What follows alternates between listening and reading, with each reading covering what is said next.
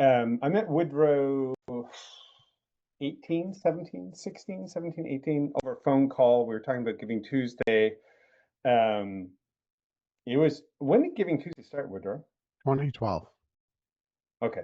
So whenever it was we talked about it, it was like this hashtag that was like turned into a movement that was like taking off. Now it was pre-divorcee money, so it was still trying. I think you were trying to find your footing, but Woodrow's always known, or at least that's how he's appeared in conversations about the importance of data and data collection and accessing data. And there's all these chunks of data out there which don't line up with each other and are woefully inaccessible because nobody put it together for anybody to see. Like the end was, here's the data, but we're not going to do anything with it. Like, I don't know what to do.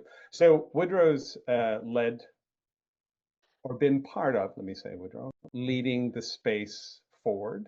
And I really appreciate the work that you've done. They sponsored the the tech review a couple of years ago. If you remember, they were on the cover with that, sponsoring that. And just the website, I just went through it a little bit more thoroughly again, but I probably spent 10 hours since Woodrow said he would do it. I was like, oh yeah, I gotta get to speed here. And the getting lost in all of it, it's actually been a bit of a trip over the past month. So Woodrow, thank you for being here.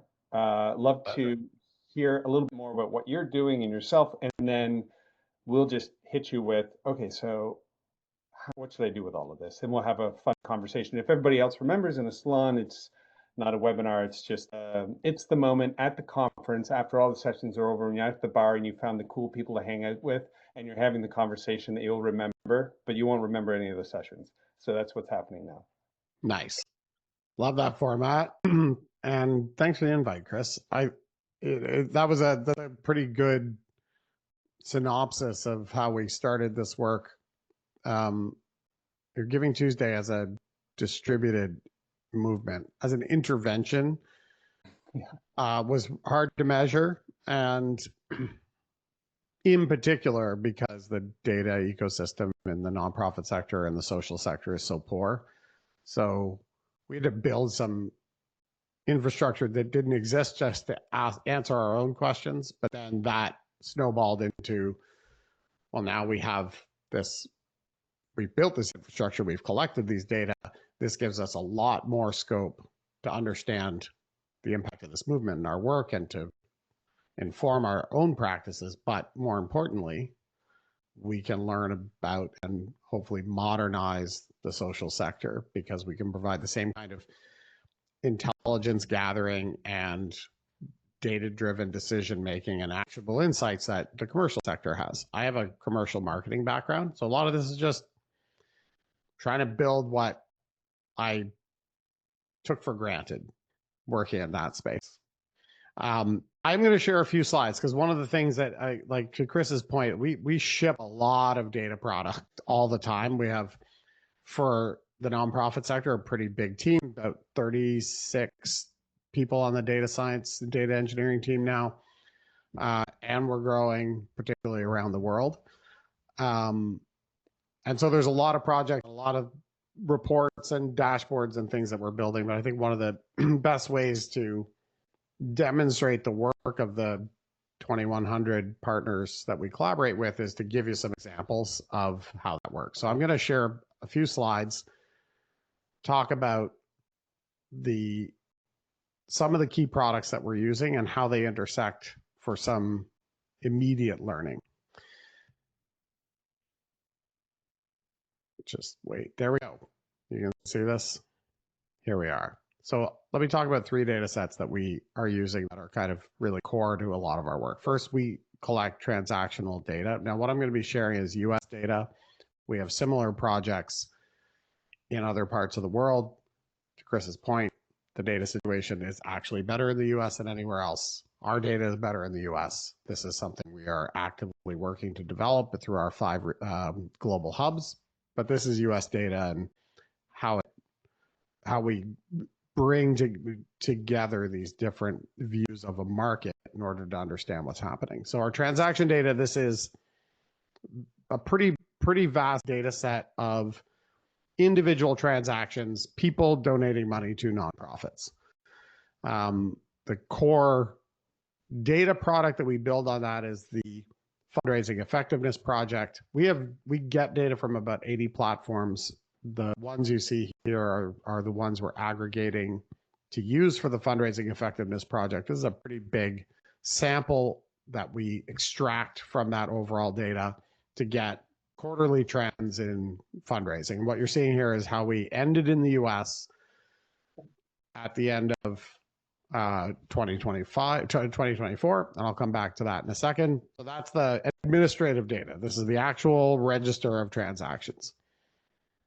Beyond that, we want to get a much more in-depth understanding of what is inspiring people to give, all of the ways that they give, not just money, not just to nonprofits, volunteering behavior, so like giving of time, whether it's formal volunteering or otherwise, giving stuff, advocating for causes, and not just to sort of registered organizations, but also to directly to individuals and across, seeing that as a continuum of kind of what the sector would describe as formality, but in the middle are fairly often formalized structures of things like mutual aid organizations that just aren't necessarily incorporated entities. So we're looking at this holistically. We also get a lot of information about who these people are and what their values are and their political ideation and their religious views and their view of the world and crisis and whether they've been solicited to give recently and what their most recent behavior was. And this is ongoing. So we ask Americans every week about their previous week's giving behavior, which not only gives us a really vast sample to work from, it grows all the time. Not only is it very timely, because we can see signal essentially on a monthly basis, we can see signal on what's shifting in that environment, but also the data quality is much higher than other survey instruments would get us. Because we're only asking about 7-day recall, we find we get much higher quality. So even if you just take the aggregated sample over now 3 years, we have a lot more confidence in that data at the aggregated level, in addition to just having more timely insights.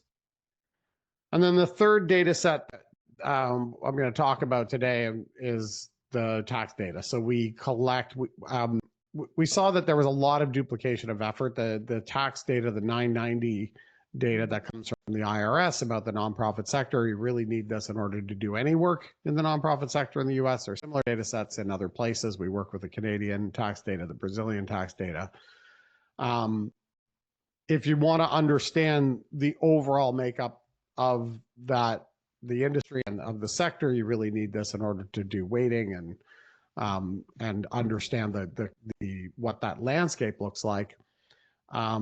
We created a coalition of organizations to pool this data and make it available as a publicly available data asset that has an API, so that if you want to use the IRS data as it comes from the IRS, isn't really usable. It's quite complicated to get it in a usable format, and this way people can devote their efforts to building value on top of that data asset instead of just cleaning it up.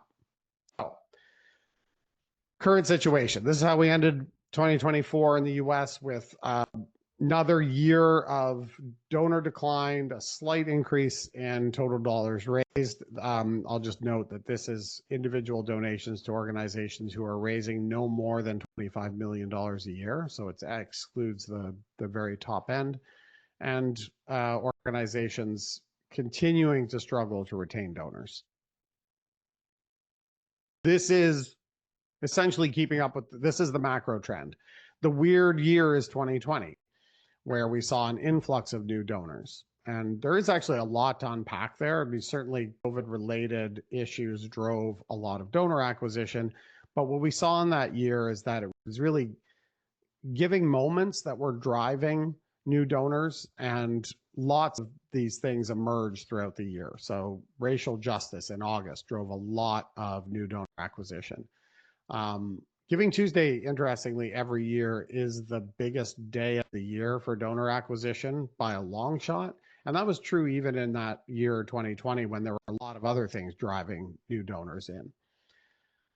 For a lot of reasons, 2021, we were right back to this trend of decline. So by the end of 2021, we essentially had lost all of the gains that had been made in 2020.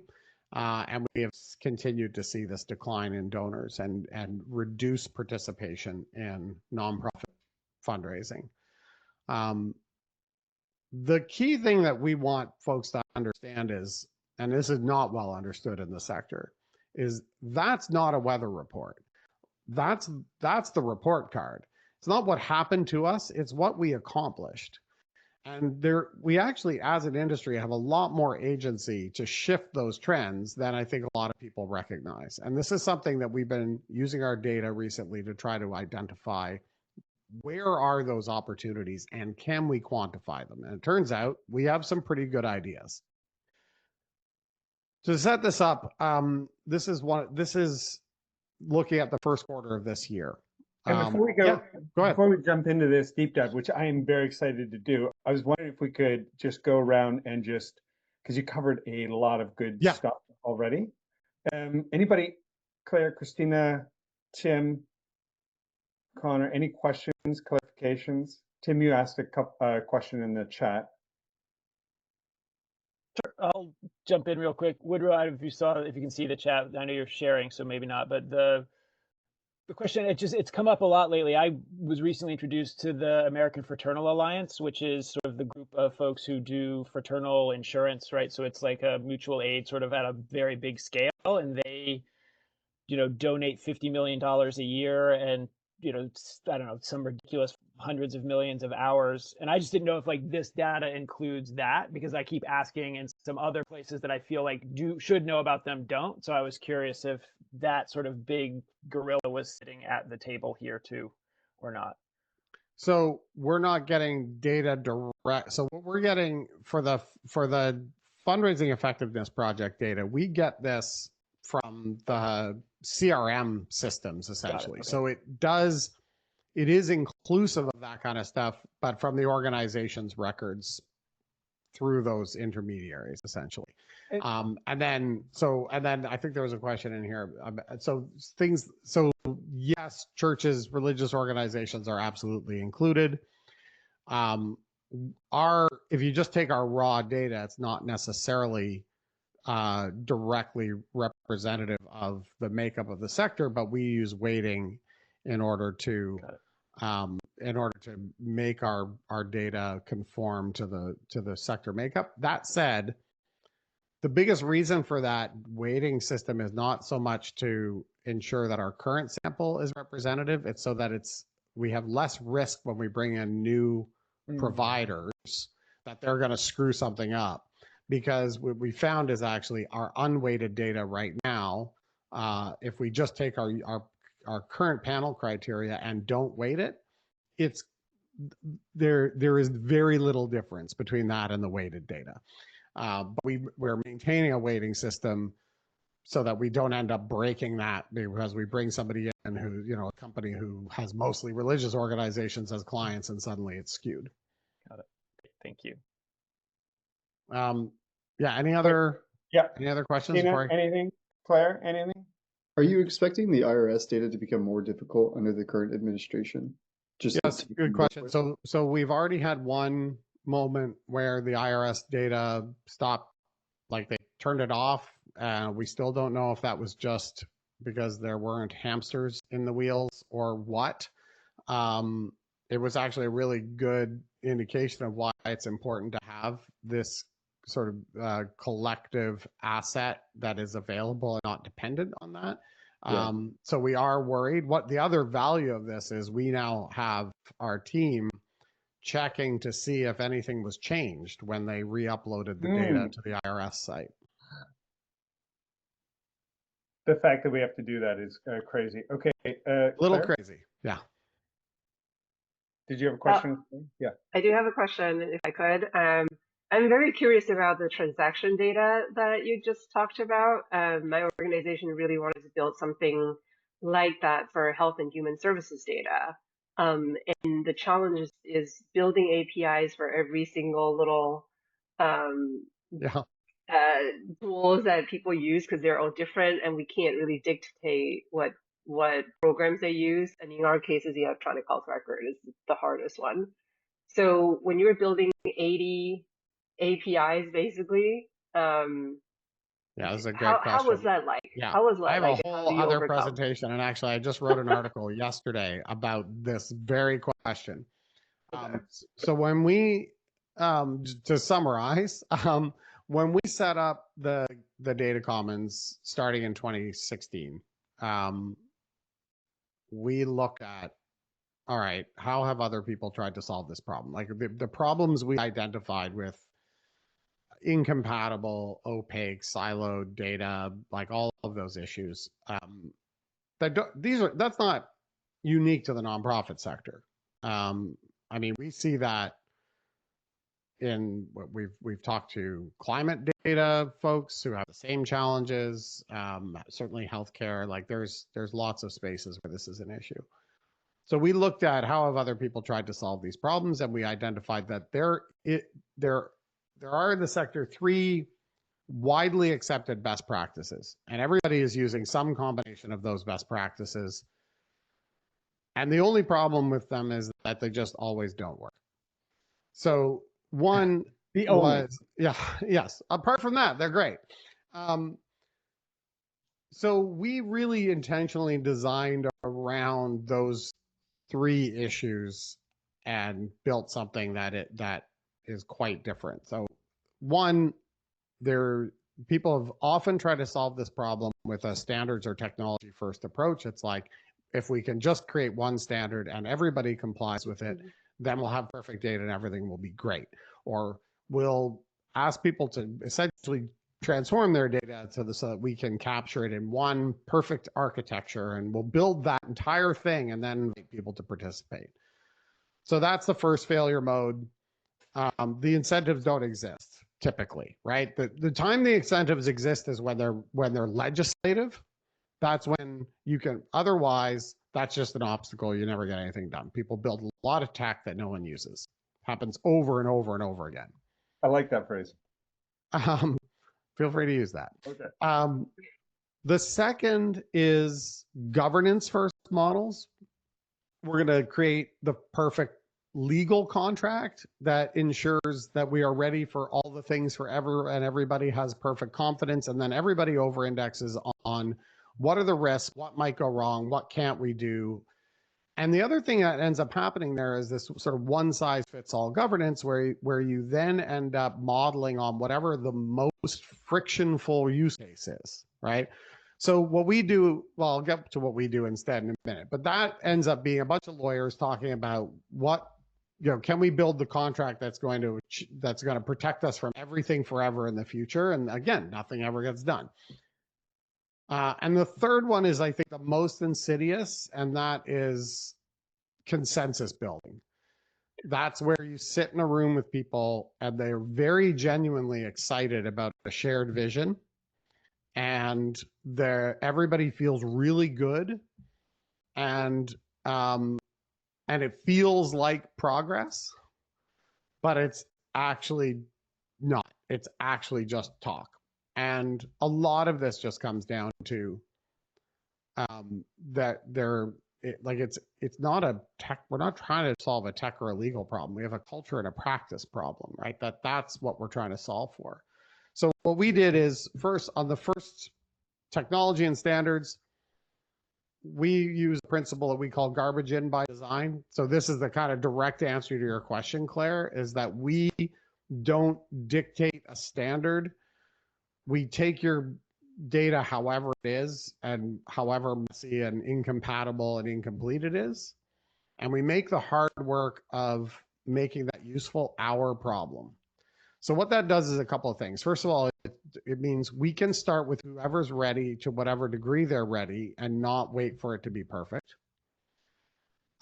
It gets us started. The most important thing we can do is the next thing we're able to do. And we build just not enough tech to get the job done. So we're never overbuilding. We're always just slightly behind on purpose, so that we're only building the tech to solve the pain we've given ourselves and nothing more. So we know the stuff is useful because we built to the problem we've given ourselves, not the imaginary future problem. There's a number of other really useful outcomes from that, some of which I hadn't necessarily anticipated. One is our team and our systems are extraordinarily adept at managing complex, messy, incompatible data. So this has given us an expertise that we can leverage to support other research efforts that has turned out to be really helpful. And the other thing that is really interesting is we learn a lot more about this way, because we're getting, like, if you say everybody's going to conform to this, here are 10 fields, here are how they're going to function, like how you're going to define them. Everybody complies with that. Even if you get something going, what you miss out on is all the nuance on how everybody's doing their business a little differently, right? You get 20 fields from somebody and you don't get any of those 20 fields from somebody else. You just learn something you wouldn't have learned if you told them to exclude that. Understanding the nuance of a market has really been accelerated by the fact that we get lots of different things, and that gives us a much better perspective on what's happening in that environment. And then on the other two, it's just our governance is based on principles rather than paper. It's you own your data. If you don't like the project, you can take your data back. We don't accept, we aggregate everything to obscure the source of the data. So no one can see that this came from you versus your competitor. Yep. We don't accept personally identifiable data. Now, for us, that's fine. For other projects, that might not be true. But for us, we don't accept personally identifiable sensitive data. And the fourth principle is we treat all the data as if it's sensitive and personally identifiable. And that's been great. And then when we're dealing with, a huge publicly traded payment processor, we go through a 2-year process of compliance that's based on regulation and their own internal policies. That doesn't mean everybody has to conform to that. And some people are perfectly comfortable with a quick NDA or an email saying we're going to do whatever we're going to do. And that can evolve over time as the data needs evolve. And we're not forcing everybody into one contract that is going to be the same for everybody.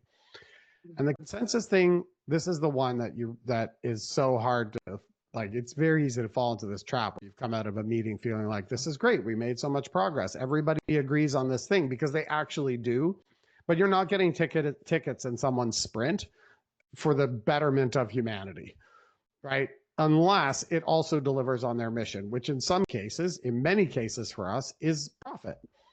So we work at the intersection of the Giving Tuesday mission, our research objectives, and the differentiated value of each of the participants. And differentiated, we don't expect everyone to get the same value.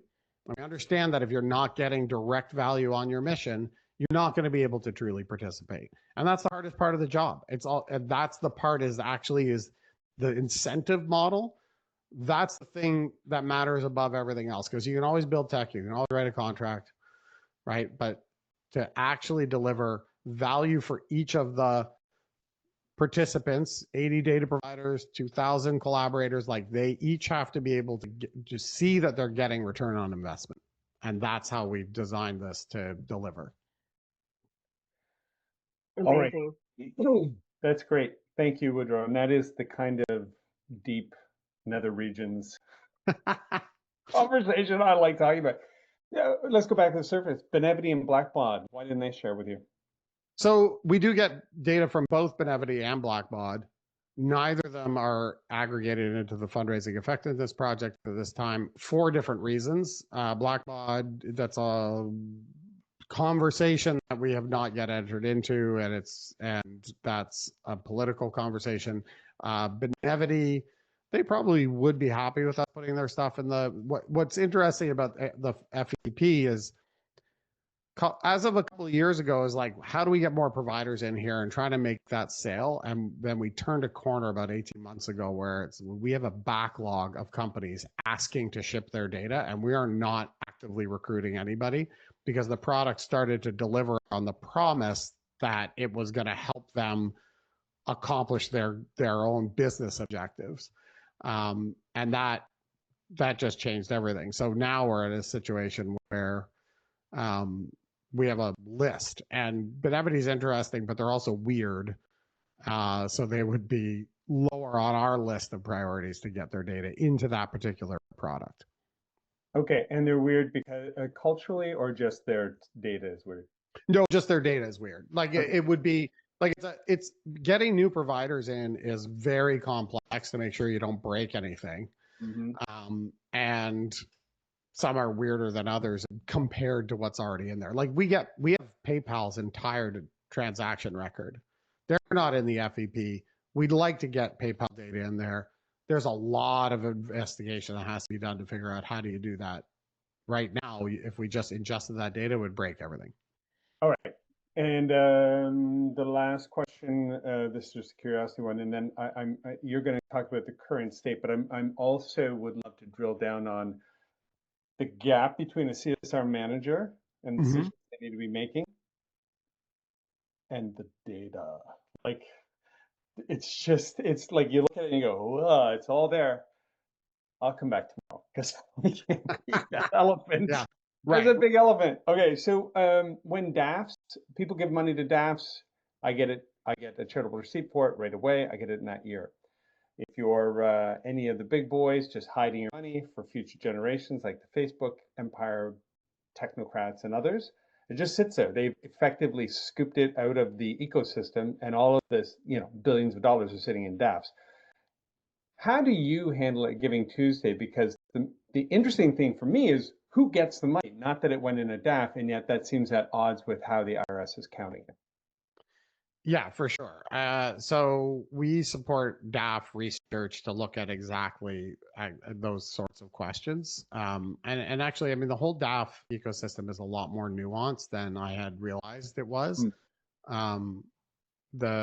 For one thing, money is moving through those DAFs much more fluidly than I had anticipated. Really? Yeah.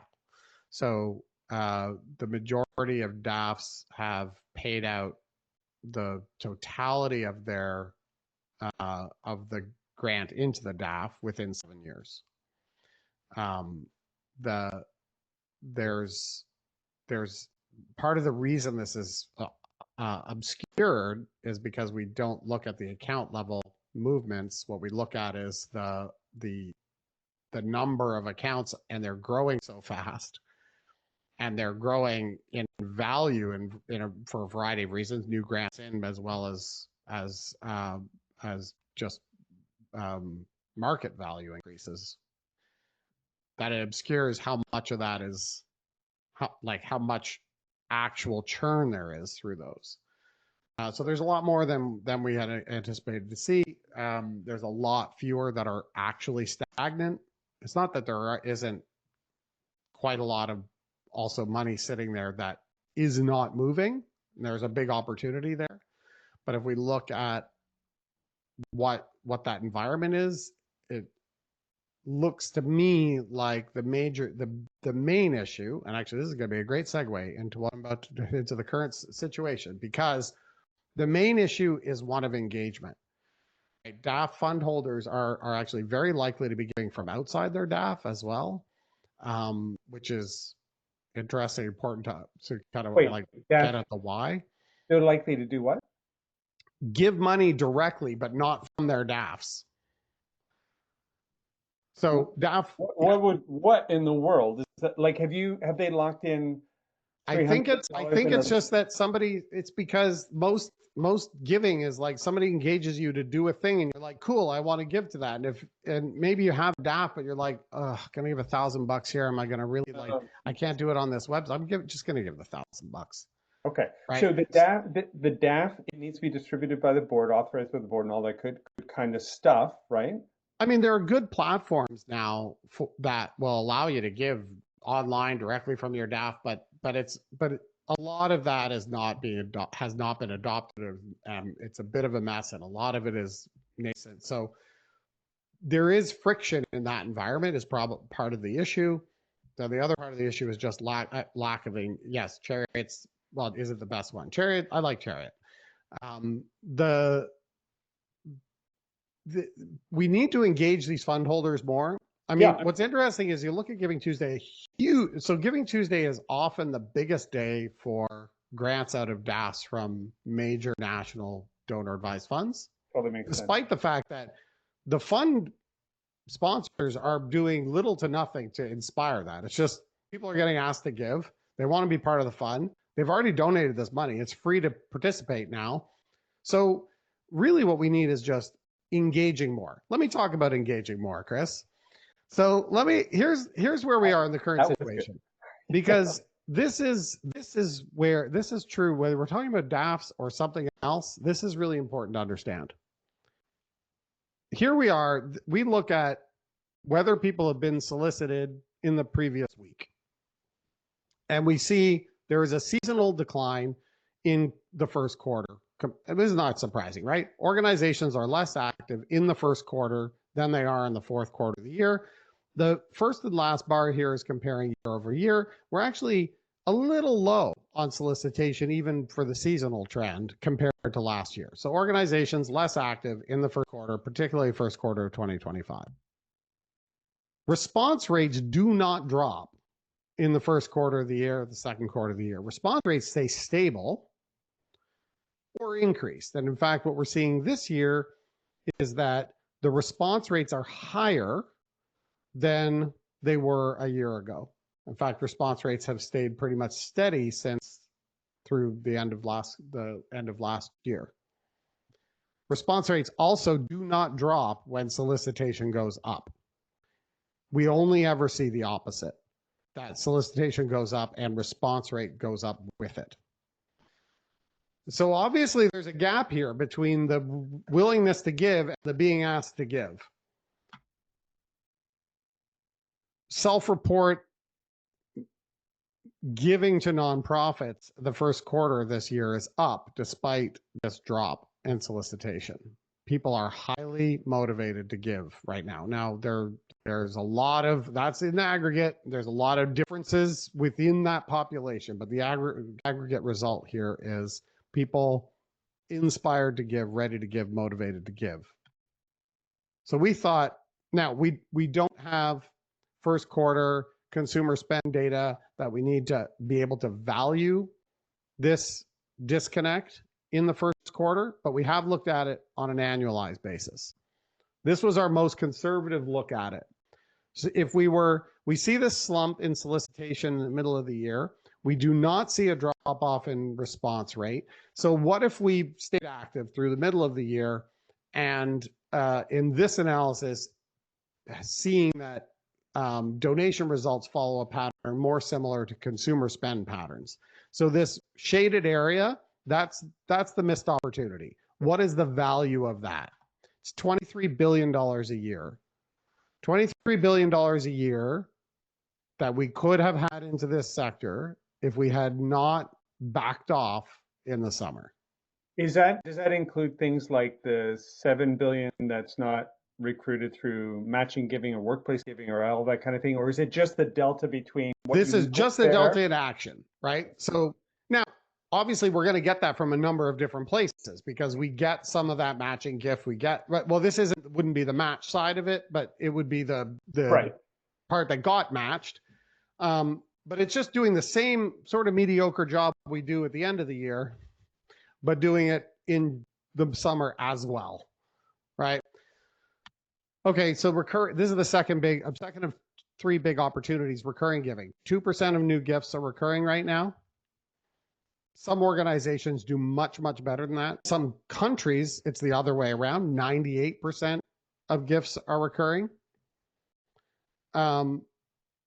We think that another 5% is absolutely doable. I mean, organizations that are making this the default or priority strategy are doing way better than that. If we get this up to 7%, that's $10 billion more a year. If we add 10%, getting to 12 total, that's 20 billion more a year, but that's in the first year. These donors are retained at a higher rate, so then we would be building on a better base every time. So this actually starts to get exponentially better. This is the most important one, I think. We are not inviting everybody to give equally. So we looked at the profile of people who respond positively to solicitation, and we matched them up with the exact same profile of people, but who were not asked to give. This is the result of wealth screening and large donor stewardship at the expense of broad-based support. This is saying that the everyday giver, we don't value the everyday giver in our strategies, our structures, our priorities, our KPI, our incentives. So what is that worth? If we were engaging this population, one sec, Chris, if we engage in this population more equally and inviting those highly likely to give communities who are not being invited, our low end estimate is another $19 billion a year. The high end could be as high as $46 billion a year from people who would respond if they were just invited. You had a question, Chris. These are givers. The blues to the oranges, they're givers. So what you're seeing here is solicitation rate. So the blue is the lowest solicitation rate. The dark orange is the highest. Okay, so my question is it lower in areas where there's lower giving anyways? So yeah, well, it's lower in areas, the giving is lower in the places where the solicitation is lower, but the reason for that is because the solicitation is lower. Okay, so I'm looking at states where I know their giving is disproportionately high if you include church and stuff like that, and they're blue. Yeah, so there's some nuance here. So first, we're talking about what's available to the nonprofit sector. Okay. And this is going to skew away from some like direct to church giving, although it's a bit messy, to be frank. But this blue band that we see, which is obviously also black belt, but this is largely just wealth screening, what we're seeing here. These people are giving in their communities in many, many ways. Yeah. And they have a very high sense of belonging. Yeah. And they are not being asked to give to nonprofits. This is surprising. Because per capita, the blue areas, like they volunteer more, they give more typically. That's very, but they don't have as much money, so they're getting screened so they're not being out. asked. Yeah, okay. Yeah. Or are they being asked so small? And because Woodrow, for everybody else, he's been on the road of non-traditional channels and how they ruin data collection, basically, and how to ferret them out, which is I think a part of this. Is there an angle here, strategy to try and find some of that non-traditional giving? Yeah. So this is it. And this is where. So I think this is the most important one. Look, the first two are simple, right? Like ask more frequently, more consistently. You can still do that. That's I think like the message is not great. It's too transactional. It doesn't include everybody. It's too one time. But if we just did that more consistently, that sort of mediocre job more consistently, it's $23 billion, right? Worth doing. Make recurring the default on your everyday giving campaigns. Like that's not hard to do. Like that's a very straightforward thing. $10 to $20 billion more the first year we get to that point. Great. This is the hard one, and it's also the more interesting and the more important one. These people are giving in their communities. They need to be engaged and addressed and given the priority and the agency to decide how we're solving problems. Its segmentation is complex, channel is complex. Like understanding that they need to lead the conversation and they are best situated to understand the solutions. Like all of that is a lot more complicated, a lot more important, a lot more interesting. And a lot more valuable. Yeah. Okay.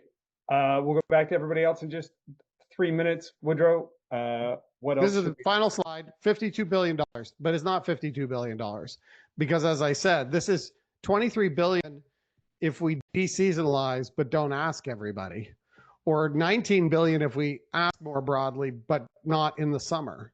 So they're more than additive if we do them together. Okay, this is really great. Okay, let's go Christina and then Claire. Any questions, comments, things to add? Difference of opinion, which is great. Just basically getting inspired to what I want to do, into what we could be doing as well. Coming from a research background, there's a lot of things that you're speaking about.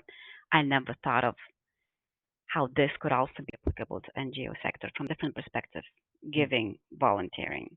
I'm just thinking in my head of what is happening in my country. Whom can I connect to whom to be able to do at least a little bit of the research or data shining like you're doing?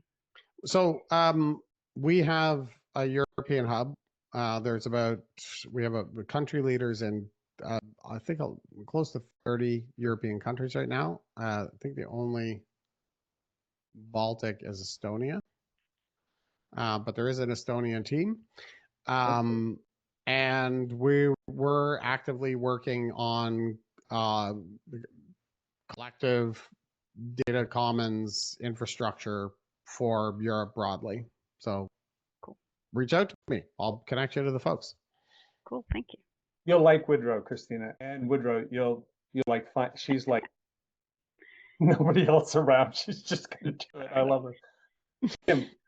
Go ahead. So this is amazing, and you're really a fantastic presenter when it comes to making data feel useful, accessible, and like immediately actionable. And I'm wondering if it's just like I've been not looking in the right place and you're so busy trying to speak and reach people that the message is already out there and I just haven't tripped over it. But are there ways or spaces to invite you into where you should be, but this is so, most people shy away from data because nobody knows how to tell a story to the people who are like, I don't have time, I got to go help these people. But you're so good at making it immediately actionable. I feel like there should be more opportunities for you to be in front of the people who should really be paying attention. How do we help you with that? I mean, GivingTuesday is a great platform. I so appreciate that. I mean, so partly, well, I can tell you our strategy right now. And this is all like new product. We're like this. Some of this stuff hasn't even shipped yet. We've identified some kind of key audiences that we want to engage and how we're going to do that. So one is through the AFP and their chapters reaching fundraisers. Another is we're starting an outreach program that's specifically to like nonprofit leadership and governance of boards, CEOs, to say, look, we don't realize this unless you change your structures and your incentives in your organization. But this is the untapped opportunity, but you're not going to get it by doing the same job twice as hard. Mm-hmm.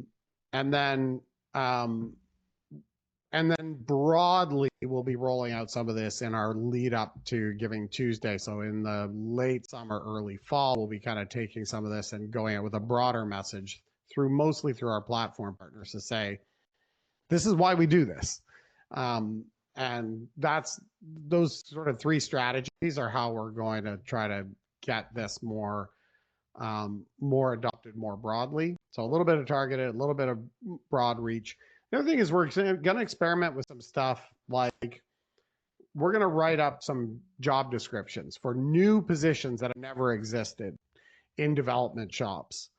Because we think that that's the kind of thing that can really hammer home that we're not just talking about tweaking the KPI that you assign to your director of development. We're talking about an overhaul. So you should hire someone who does a totally different job, and this is how you should hold them accountable, and these are the KPI, and not so much because we want people to hire that person or create that role, but because we think it will help to change a mindset and go, oh, well, maybe I'll change the KPI for my director of development to be more in line with these outcomes, that kind of thing. Make it a little bit more tangible. Love it. But also, like, very happy to deploy myself and my team to talk about what. I'll find you. I'd love to, like, look through people that we Great. have in common that I could get you in front of. So. Awesome. Yeah. Claire, anything to add or questions? Oh gosh, I took away so much. So thank you, Woodrow. And I feel like I could have another hour of conversation with you, so I might follow up. Sure. But in terms of presenting, so currently the Impact Collaborative has 250 member organizations, mostly in the New York State area, some in Delaware, but also expanding to the West Coast. So I think I would love to get your message out to our members because a lot of the health and human services organizations right now are hurting. You heard about the Medicaid cuts, and even Head Starts are being cut, or in discussion of being cut. So I think leveraging giving is really important. So we'll love to follow up. And so many questions to ask. I know our time is limited, but I really appreciate your time. Yeah, no, thanks so much. And yeah, we'd be happy to chat about that. And yet you're right. Like this, look, nobody changes when they're comfortable. And change has been thrust upon us. It's very interesting, particularly, we work with the international development sector and others. There's lots of folks have been saying for a long time, we got to burn this down. And now there's a lot of, oh no, somebody burned it down. It's on fire. And I am not a proponent of the changes or the methods or the motivations for what is happening. And also, this was not going to change, and it is non-optional now. So can I ask a question? So basically, I understand USA is a totally unique beast, but overall, the blueprint in other countries is similarly any tax-related statistics, if it's published in the country around this, any databases that are working with fundraising, if they gather any data, any associations that they report about, like what are the other biggest data points that you usually kind of start as a blueprint in a country if you're tackling it by countries? I'm not sure. Yeah, so there's three approaches that I think to consider. One is the sort of FEP related, like find the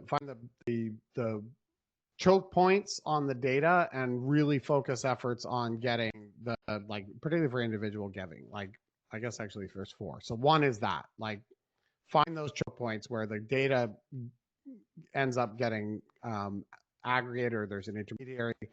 Payment processors in Europe is really the thing. Like there isn't a lot of paper checks, so that's really helpful. So basically none. So banks. The second is the institutional flows, grant making bodies, that kind of thing. That's the second area where we looked at, where it's about what value can we provide to the grant makers for pooling data, but the value has to be to them first, and that most approaches are not like that. They don't get anywhere as a result. And the third is governments. And actually what's been very effective is to go to the open government. Like many, many countries and most European countries are part of the Open Government Partnership. And that means there's a minister or somebody, some bureaucrat whose job it is to open up government data. And they're getting asked to provide lists of political prisoners. And that's not fun for them to do, but they're still getting judged on how many data sets they open up. And if you go in and you say, I'd like to be able to count the nonprofits in my country, they're like, oh, that's an easy one. And then you've got someone inside government motivated to help you get the data. That's how the Canadian data got opened up, by the way. And the fourth is survey data. Like if we want to understand, and part of the example I give is, like if I want to know how many chocolate bars are sold, I look at the transaction register. How many times did that SKU go through a cash register? If I want to know if someone's going to buy a chocolate bar, I ask them if they bought a chocolate bar last month. And that's why we need to augment our administrative data with survey data. can I one more question? So you're basically also when you were saying about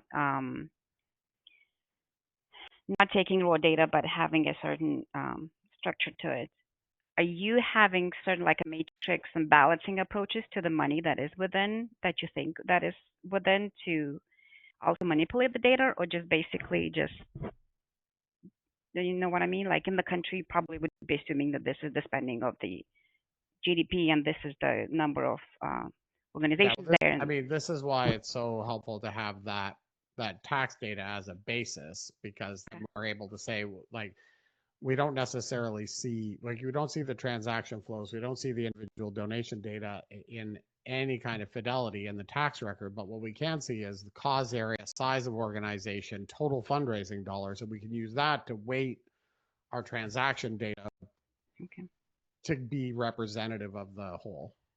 okay. So there are certain like But you big need a data lot, points that right? you Like try to align. Yeah. that sample out of our overall data set was $7 billion, 11 million donors. No, got that the other way around. Hold on, let me get you the actual numbers. Hey, Woodrow, just Yeah. give me the question again. What is the question? I'm just actually testing something out on the back end here. Oh, so this is just the question about like how do we deal with the disparate data to make it then actually representative and useful. So we have a lot of data, right? So the sample we pull after exclusions on that 2024 data was 7 million donors, $11 billion, 13,000 organizations in the U.S. And that's enough that then we can weight it according to the total population to get something that's quite representative. That makes sense, Christina? Yep. All right. Okay. Well, Woodrow, thank you so much for Great coming. conversation, great questions. I love this format. It's super fun. Oh, that's good. That's good. We'll have you back, or someone from your team back. The next one we'll do a little bit on how could we use this data in decision making? Because I think Yeah. we've got a good idea of where it's coming from, what the issues are, and a current state, that was a lot of fun today. And this will be fun to share with everybody. But the next one, it's like, how do we access it? Again, because it's profound, Yeah. right? Great. And I'm going to follow up with you with a little tool that I built using AI just to see if Is you're. this the link you just put in? But I sent it to Connor. Did it go to everybody? I got it too. Yeah. Yeah. Can you click on that? Yeah, it worked. It worked for me. Yeah, but you have a GPT account, so I'm not. Oh, I'm Yeah, true. so do I. Because it put that question in and it came back, how do we deal with disparate data to make it actually representative and useful? What is GivingTuesday's method? And it was comprehensive data collection, then it cites who you got it from, standardized platforms, data and then you went to your final step 7 was strategic application implementation roadmaps. I just want to see from you get a reaction to see if it's telling you Yeah, the so I didn't get any of that output. All I got was. Oh, no, you wouldn't have. You would have had to put it here, Yeah. put in this, here, just cut and paste this in and see what your answer would be. It should be the same. And Christina, you don't have ChatGPT, do you? You do? Yeah, sure. I do have ChatGPT, Perplexity. Can you click on that link for me that I Yep, sent? it says Giving Tuesday, Right. Go ahead and ask. CSR or something. Yeah. Yeah, just ask a question and see what you think. Not the one that we just discussed. Yeah, you could. I'm curious to see if it lines up with what the answer actually was from Woodrow.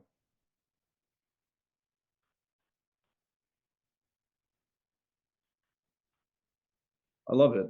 I just asked what you can do for me, and it's giving me a solid list of. Things, yeah. So what I'd like to do is maybe try and putting together, understanding that you have to check the data, but there's a way to do that with sifting.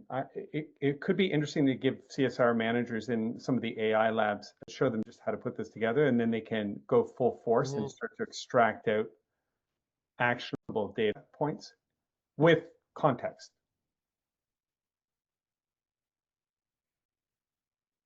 Looks good. Yeah, Whatever interesting. they gave Yeah, me looks I good. mean, it's, I would probably, based on what I'm getting, I'd be like, yeah, I tweak this a little bit. But there's nothing in here that I'm like, no, totally, I disagree with that. Okay. I'll keep working on it. I just did it while you were talking during the session, so I wasn't fully doing it, just a simple version, but Yeah, cool. awesome. Woodrow, you're great. Tell your team thank you so much for lending you to us for a little bit of time, and I'll send around the follow-up. Great. Thank you. Thanks for having me. Thanks a lot. All right. Bye. Thanks. Thank you Bye. so much. Cheers, everyone. Bye.